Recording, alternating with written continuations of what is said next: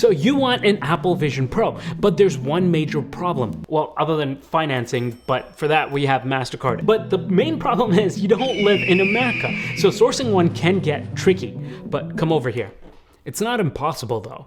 So I live in Canada, and in this video I'm going to walk you guys through my experience and journey trying to buy the Apple Vision Pro from America. And we're going to look at everything. Is it even possible? Will it even work? Is it very restricted once you bring it here? And are there any issues and thus workarounds as well? Hint, hint. There's a few issues, and we also discovered a few workarounds. So fear not, your boy's got you covered. So I just spent over $6,000 experimenting this exact problem and sourcing the Apple Vision Pro at risk of it not working in Canada, just so you don't have to worry about that. I'd really appreciate a sub, and if you could like this video while you're at it, that'd be nice too. Okay, so let's start with the ordering process. Firstly, you don't need a US Apple ID in order to purchase. I know a lot of people are wondering that. So I basically just logged on to my computer. I just went to apple.com rather than apple.ca, where I usually order stuff from, and I was able to just log in to my usual Apple ID and go through the entire order process, and everything was pretty simple. So the one part where it does get a tad bit complicated is if you wear glasses. So more on that in a second, because it'll still allow you to check out and do the whole prescription part later. So now for shipping. You've gone through the entire order process and you got to figure out shipping. Now you have one of three options. One, if you have friends or family in the States and they're either visiting you or you're visiting them, somehow you can figure out this situation, right? That's what I did. Number two, if you live close enough to the border, you can actually go in and pick it up from a US Apple store that's closest to you. Or if you're not as lucky, the last and number third option is to use a service like Stackery, which gives you an address to ship to within the US, and then they will then reroute it for a fee to you wherever you are. Now, in case you decide to go with the shipping option, just make sure you get the right address. I actually had a mini heart attack. It was not fun. Guys, okay, so I literally just had a panic attack. Apparently I got the wrong address. The person has moved from that house to another house. So now I just got a notification saying it's been delivered, but it's at the wrong house. So I'm on full out panic mode right now. I just contacted my friend who's gotten their wife to go try to find that other house. Luckily that house is just down the street.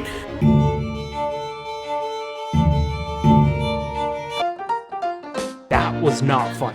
Okay, now for this next section. This has to do with prescription lenses and glasses, so if you don't need that, you can feel free to skip ahead. Okay, so this part is a little bit annoying because I tried submitting a prescription that I had from Canada and they just wouldn't accept it. To be honest, I have no idea why they were so strict about this, because I could literally just go to any regular glasses website and buy a pair of glasses that I wear every single day and just type in my prescription and they'll take my word for it. But these guys who partnered up with Zeiss need a US-based prescription. So I literally had to cross the border in a snowstorm in order to get my eyes checked and get delivery in time. To add insult to injury, I just paid toll, $7 of toll. Why? To use this bridge?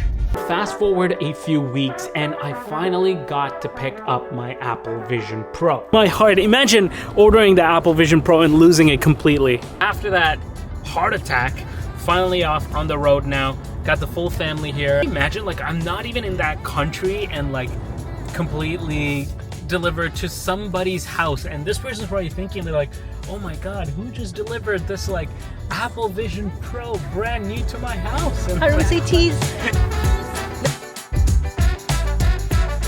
Hi, can I get a medium steep tea regular, please?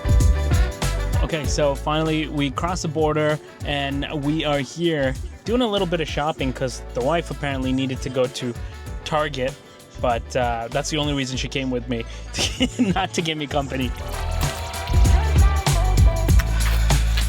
Finally made it home, crossed the border. We're here.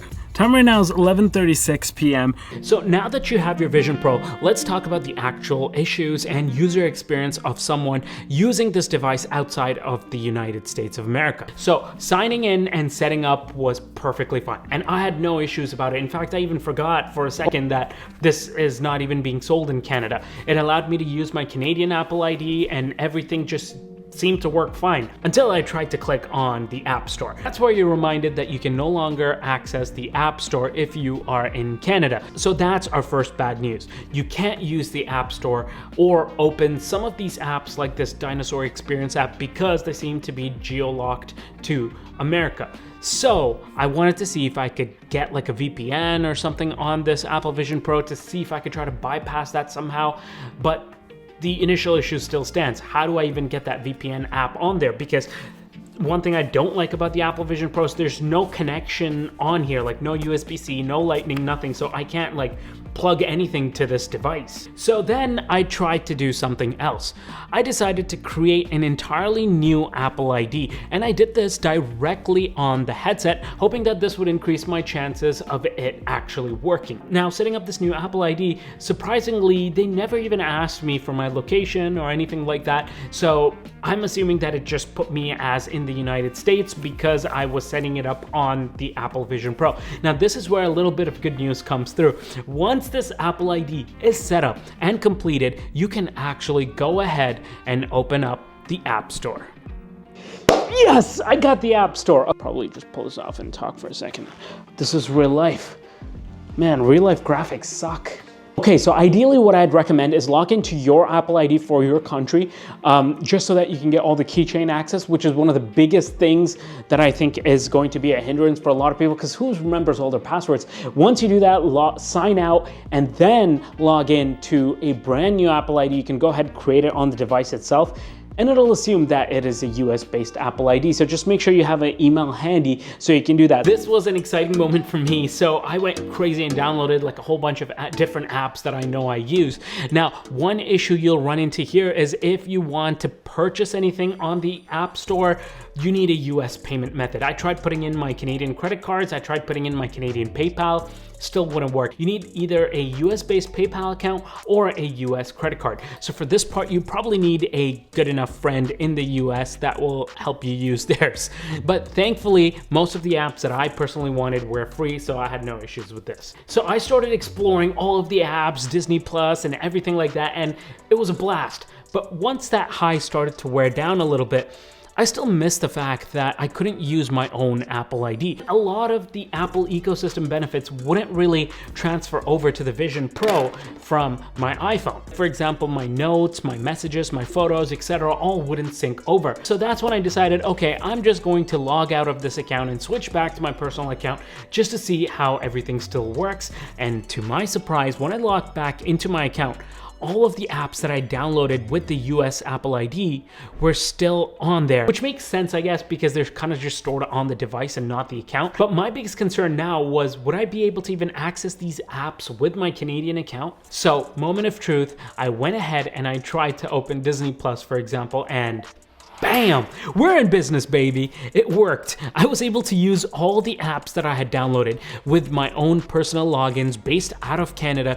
So that was really cool, and whew, a big sigh of relief, because imagine spending $6,000 on this and not being able to use any of the apps, and it's just literally just a sitting brick.